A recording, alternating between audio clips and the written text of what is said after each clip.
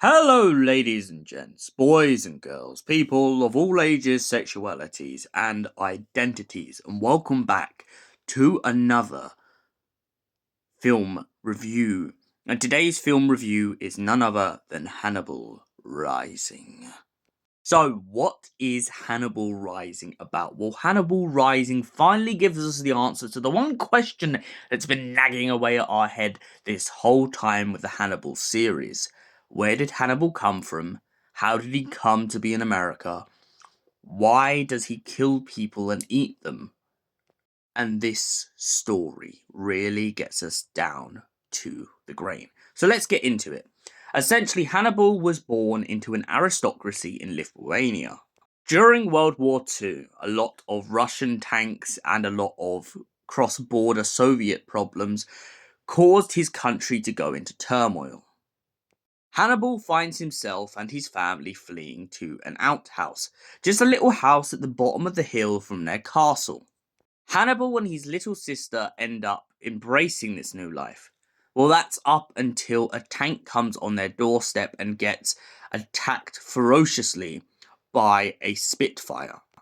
The Spitfire crashes and burns, and his mother and his father are killed in the process along with the rest of their family.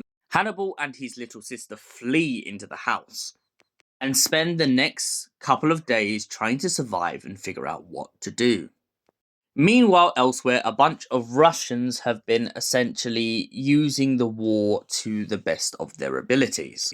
These Russian cannibalists find themselves feeding on others, taking their goods and eating the bodies when they get too hungry. Cannibalism being a common thing at the time, Hannibal witnesses firsthand what's about to turn him to the dark side. The troops come in, invade the house, and keep him and his little sister hostage. However, when they can't find any more sources of food due to the cold winter, they decide to choose between which children they will eat. Children, I meant child. Which child they will eat. They look at Hannibal and can't seem to find enough meat, and so they decide they're going to eat his little sister. However, due to the suppression and the trauma from this event, Hannibal tries to hide away the fact that he also ate his little sister too. Due to suppressing these memories, he finds himself on a hunt to find any which way to get away from the situation. When a bomb falls on the house and doesn't destroy the house but begins to scare up the troopers, they decide to flee the house and leave Hannibal to his own devices. Hannibal is then rescued after walking out of the house in the cold, bitter snow by the Soviet Union. The Soviets then take over his whole entire castle and try and force him to be a child under their foot. Hannibal doesn't bite, as he remembers being an aristocrat and living in a nice wealthy house with his family before all of the horrors of the war. He begins to hurt his bullies every single time they get rude to him. His school teachers object to this as they believe Hannibal to be inferior. They try to say that he should just sit down and take it, and Hannibal doesn't bite this. Instead, one day when the Soviets have him in the castle dungeon, he decides that he will go out in the night and go upstairs. He gets tempted to kill one of his bullies, but instead decides to flee the castle looking for whatever evidence of his family still remains. Hannibal finds himself hungry and starved. He goes across the Soviet border and escapes into France. Once in France, he finds his uncle's widow.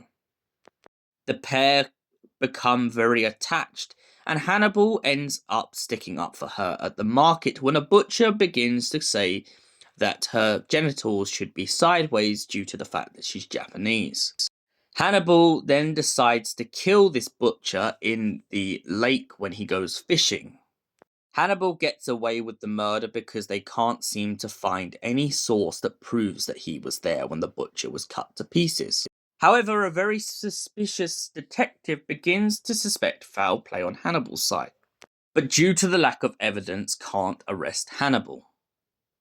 Later down the line, Hannibal returns back to his home country of Lithuania to go looking for some jewels. On his trek on the way back there, he finds himself being spied upon by one of the soldiers who ate his sister. To leave a message in his home country, he decides to leave the head half cut and half cannibalized. He eats half of his victim and then escapes unscathed back to France. Him and his new partner decide to flee France for a while just to get away from all the drama. After his aunt realizes what Hannibal is doing, she tries to persuade him just to hand the people in, as they are war criminals, rather than cutting them up and subjecting them to torture. However, Hannibal is determined to slaughter every single one of them that wronged him, and so he goes on the hunt for each and every single one of them, leaving dog tags in their trails as he proves to them that he knows exactly who they are. Hannibal also stumbles upon the fact that they are traffickers. He finds himself being able to infiltrate their ranks by the fact that one of them wants to order a piano from France. Once he gets to their mansion, he fails to kill one of them, trying to set the house on fire.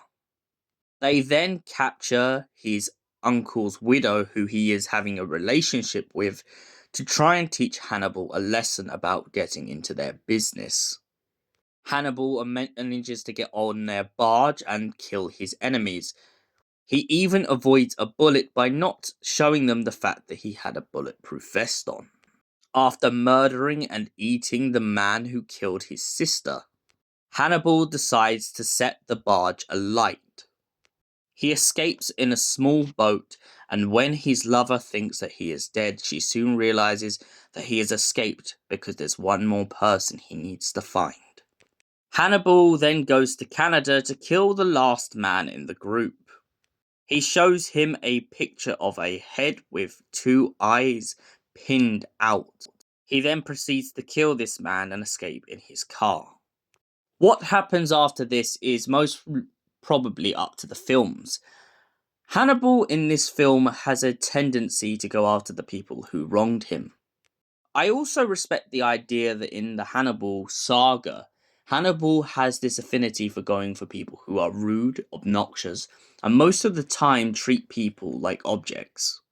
In a way, I'd say that this film proves that Hannibal has become a bit of a Ronin.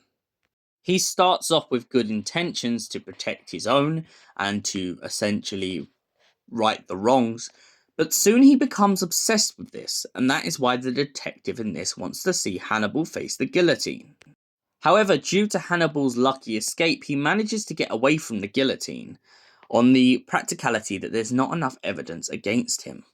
Hannibal at one point in this film does admit to the fact of what the people in Lithuania did to his sister. But on that alone, he still knows in his own head he can't let this slide. So, what did I think of Hannibal Rising overall? For an origin story to a character I have absolutely adored in this kind of saga, I feel like this was perfectly done. The intensity, the darkness to it, the back and forth and the kind of cryptic storytelling. Hannibal Rising definitely sticks to the formula of what Hannibal should be. And the fact that it does such a detailed kind of analysis of how he becomes the person he becomes in Silence of the Lambs and in The Red Dragon, I feel like really solidifies the Hannibal saga in general. And for that reason, I give Hannibal Rising a solid 10 out of 10. Thank you for watching, and we'll see you in the next film review. Until then, goodbye, stay beautiful, and have an incredible night, you beautiful people.